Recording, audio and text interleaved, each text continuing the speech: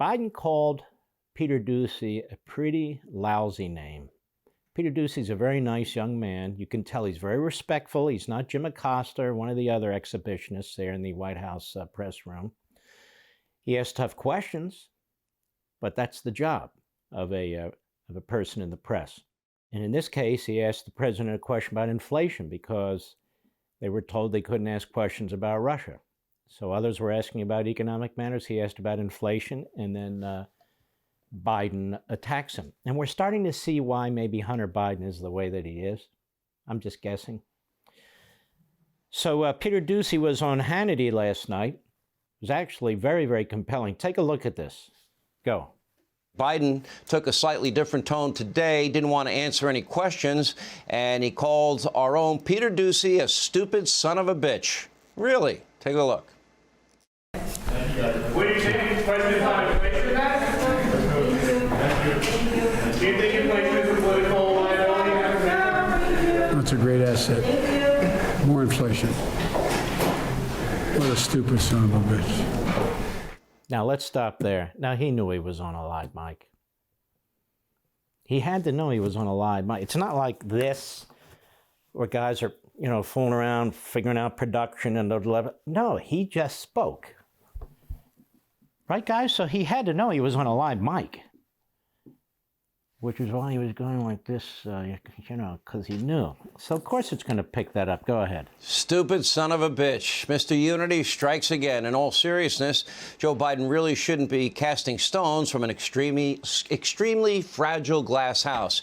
Here with reaction, Fox News White House correspondent Peter Doocy, who has an update on the story. First, what was your reaction? Words don't matter to me. I remember during the Trump years, everybody would feign the vapors. Oh, the president said this. I think I know you pretty well. You're a pretty tough guy. What was your reaction initially when you heard what happened?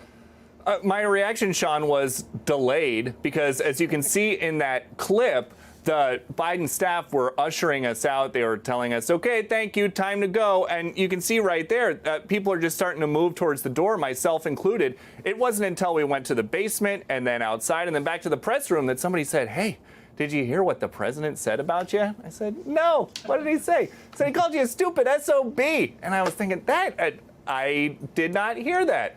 And I went downstairs and I opened up my phone and he did. And so my response was delayed. But Sean, and we have some news tonight.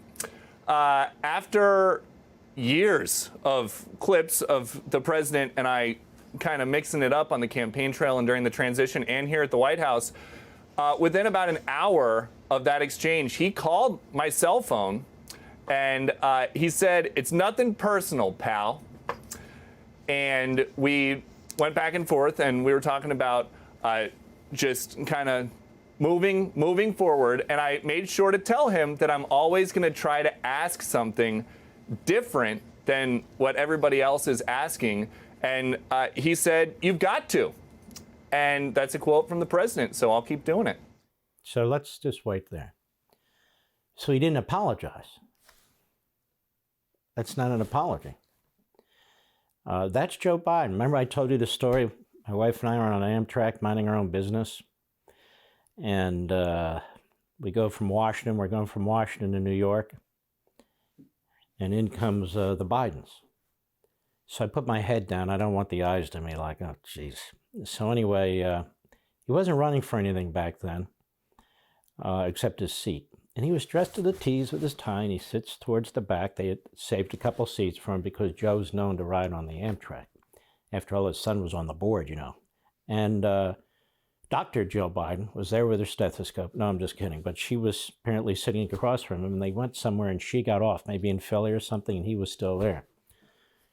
So I said to my wife, Julie, well, I got to go to the bathroom.